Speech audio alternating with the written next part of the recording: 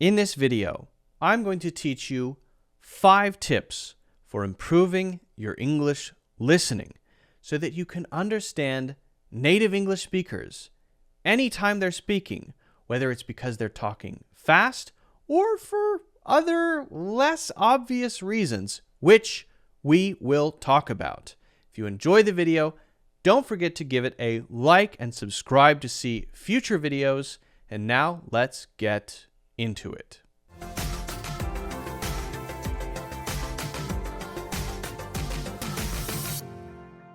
One problem that many English learners have is listening. Now, it's for many different reasons. To be clear, if you struggle with listening, it may be simply that you're not able to hear precisely the sounds that native English speakers are making when they're speaking because you haven't trained your ear enough, right? So they may be talking very fast, you missed something, and now you're kind of lost and you don't know what they're saying. Okay, that's one reason. That's one reason. But that's, to be very clear, not the only reason. You can have someone who's speaking very slowly, very clearly, enunciating every word extremely well, like this, and still you don't understand. Why is that? Perhaps because of cultural references. You don't know the reference that was made because you didn't grow up in that native environment, and so you miss it, right? Maybe it's an idiom, maybe it's a phrase, maybe it's a reference to some other thing in the culture. Okay, that's one reason, but that's not it. Sometimes it's fitting the pieces together. So you hear all the words, but maybe this whole group of words, perhaps it's a phrase, or maybe it's a grammatical chunk, just doesn't quite make sense.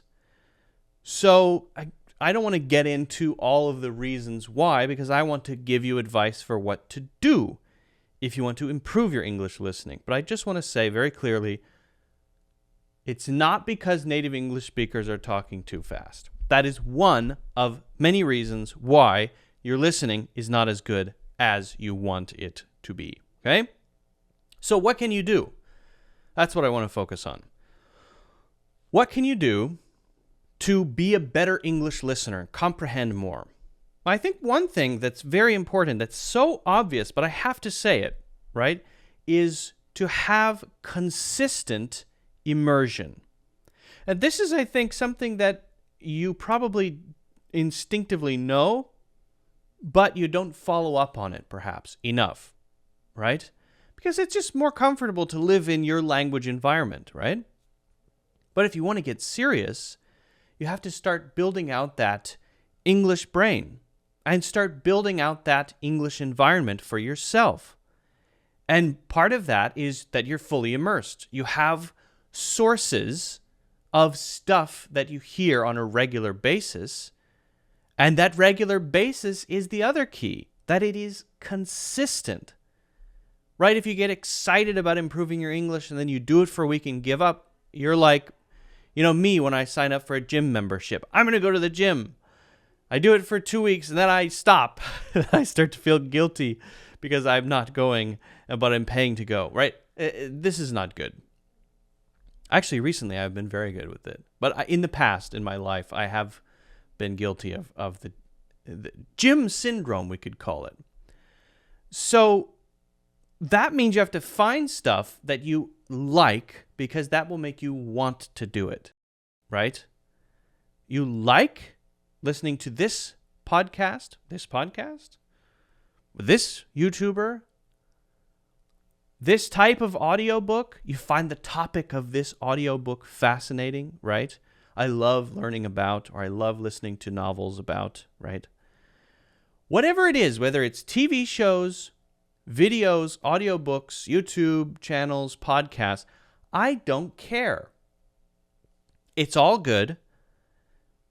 Find what you like and then make it so that you don't have to have that feeling of, here we go, I have to do this. Because if you can get into a place where you love listening to that and you want to do it, you're not going to give up. You're going to be very consistent, and you're going to have that language environment, that immersion that you want. Yes, you're not going to understand everything, but you're going to start picking up stuff and hearing words and phrases a couple times, and the third or fourth time you hear it, you'll say, oh yeah, that. I heard that a few other times. What is that? Then you look it up and you learn it, and you remember it because you heard it in context. This is very important. And again, very important to actually enjoy it, because if you don't, you're probably going to give up, okay? So that's number one. Number two, it's very important in some way or in several ways to participate in what you are consuming. Again, we're talking about listening here, okay? So if you want to pick up more stuff, you can listen passively to a podcast, but you're doing other things. Maybe you're not really getting that much. It's still having the environment. That's good. But if you really want to start getting stuff out of it, you have to participate in some way. And by participate, I don't mean you're watching a video and you're leaving a comment. Yeah, sure, if you want to. What I mean by participate is mentally participate in it. And this is something that I work on very seriously when I listen to audiobooks, which I really like to do. I will participate in listening. And that is an activity where you ask yourself questions as you're listening. You repeat things in your mind that are important. Now, some people like to take notes. Sure, that counts too, right? Taking notes when you're listening. But if that's too boring or high stress, okay, you're listening to an audiobook. After you finish one chapter, just sort of stop and think about, okay, what are my main takeaways? Did I pick out any interesting words? Did I hear anything that I want to remember? And just think about it for a while. And I do this all the time. I like to ask myself questions about what I just heard. And just asking myself a couple of questions about what I just heard, and then kind of answering those questions for myself, not even out loud, allows me to retain much more of what I listen to. It's actually very powerful, right? So I strongly recommend participating. Now that could, if you want to go in more depth, be summaries. Again, you can write and take notes. You can work on your mind palace and go very slowly and pick out specific things that you're hearing and store those in your mind or memory palace, right? You can speak summaries, do voice dictation. There are a lot of ways to do more intense practice. I'm just saying find some way to participate rather than just purely listening passively. Okay. So these first two are more the immersive type and the ongoing type and the less intense way of improving. But what about that intense way? What if you want to really intensely work on that?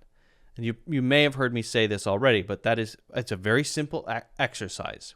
Very simple. You take a very challenging short clip of audio, perhaps from a news broadcast or a section of a video or somewhere. It should be very difficult. It should be very challenging. Maybe it's only 1 minute long.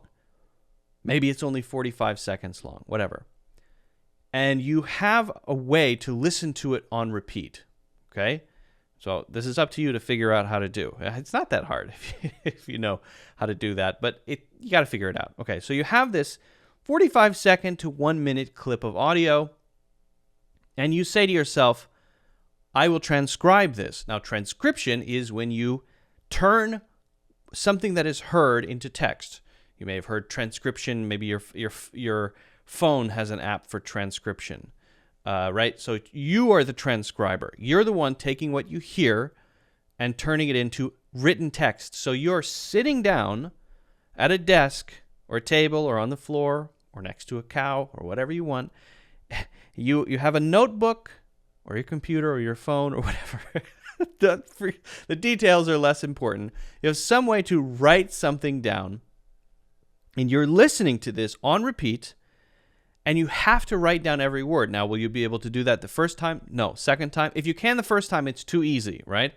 Second time? No. Third time? No. Fourth time? No. Fifth time? But each time you're making a little bit of progress. And what you start to notice is there may be a few gaps where you simply cannot hear what is said. I don't know what is here. It's a gap for me. But because you're slowly filling out 70, 80% of it, right, as you're writing, as you're listening again and again, you have to use clues. What does it sound like? To maybe do some side research, to try to think about what has to be here grammatically, right? Well, it has to be was rather than is, because I know that this person is talking about something in the past. So even though I can't hear it is very or it was very, I know that it has to be it was very, then it is very, simply because grammatically it wouldn't make sense for it to be it is. So it has to be it was, even though I can't actually make myself hear was. I can't hear it. I can't force my ear to hear that. It was very, maybe someone says, is there, well, yeah, it doesn't sound like it is very or it was very. It is very, right? Sometimes native English speakers, they mush their words together. So there you have to use your knowledge of grammar, your understanding of grammar. So you're using all the tools to put this transcription together. It's very intense, it's very boring, but it is a great way to improve your ability to pick up things and infer accurately about what you cannot hear, because listening is not, to be very clear, it is not all about listening. It is about understanding, and your ears are the tools that pick up the sounds, but your brain is the tool that puts it all together, and sometimes sounds are simply not there. But a native English speaker doesn't need all the sounds because their brain puts it together very well because they know the patterns of the language. So that's what you need to get better at, and this is a good way to do it. It's very intensive, very difficult, but very, very powerful, very useful. Okay, 2 more. What about getting used to one accent? You say, I really like the way that this person talks or that person talks. Great. You know, I sometimes hear that for my courses. Luke, I don't think, this 15-hour course, I like how you talk, so it's okay. It's good. I enjoyed the course. But if I didn't like how you talked, having to look at you and listen to you for 15 hours would be terrible. And I agree. I have refunded many audiobooks because of how people talk. If you don't like how someone talks, it's very annoying. I one time had a professor in a class, and it was the first class. I think it was a religious studies class. This is a total side point. But he made a weird noise in his throat. I went to the first class, and I don't remember what the noise was, but it bothered me. And so after the class, I left and I dropped the class and changed to something else. I think I changed to horseback riding or something like that because I couldn't stand how he talked. Anyway, side point. But my main point here is you can't just you can't just expose yourself to what you enjoy listening to all the time, because you might get too comfortable with one way of speaking. You need variety. So this tip is to push yourself to continue to expand. American pronunciation, British pronunciation, but not just accents, right? Types of media, news broadcasts, TV shows with a lot of dialogue, reality shows, podcasts, all different types. The more variety, the better. It's actually not better to have one type of thing that you listen to. It's better to have more variety. So continue to push yourself to have more variety in the things that you consume. That's very important. Finally, I want you to try to bring some objective measurement to your listening if you can. This is not a requirement, but if you can find a way to measure your listening comprehension skills, then you're going to be able to actually track your progress. Because it's so subjective. If you feel, I feel I'm getting better, then maybe one day you're just in a good mood, so you feel you're getting better, and the next day you're not in a good mood, so you feel you're not, and you get discouraged. When actually you didn't get better at all, or you did or you didn't, it's hard to measure. But there is a way to measure it. There are online exams you can take. There are comprehension tests. Some are free, some you have to pay for. But some of the ones you have to pay for are fairly reasonable. Something like the Duolingo English test, right? Or maybe the IELTS progress check. So it's not the full IELTS exam, but the IELTS progress check, you have to pay for it, but it can give you a pretty accurate sense for actually not just your listening, your general speaking abilities, written skills, right? So some of these online evaluation tools can actually be a good way to get some objective measurement of where you are, so that maybe once a year even, you check your listening comprehension and you can see, oh, I didn't feel like I got better, but I can see I actually got better. Because another thing that happens is as people improve, sometimes they don't have self-confidence and they say, I'm not good, I'm terrible. Actually, they're improving a lot, but their attitude prevents them from feeling like they are. So put your feelings aside, objectively measure your progress, and you see, oh, even though I don't feel like I'm getting better, clearly I am, because there's the score. I'm getting better, or I'm getting worse, or whatever, right? I need to change maybe how I practice because I didn't get better at all. So what I'd like you to do just in general is build a plan for yourself about how you're going to improve in the areas of your English listening that you need to improve in most. Think about what we've talked about. Objective measurement, variety, having variety, doing something very intensive like the transcription exercise, participation in what you listen to casually, and having that constant, consistent, regular immersion in sources that you actually enjoy, okay? Let me know what your goals are. I would love to see them. If you haven't already done so, don't forget to hit the like button and subscribe. And also, get a free course, Natural English Conversations. That is in the links in the description.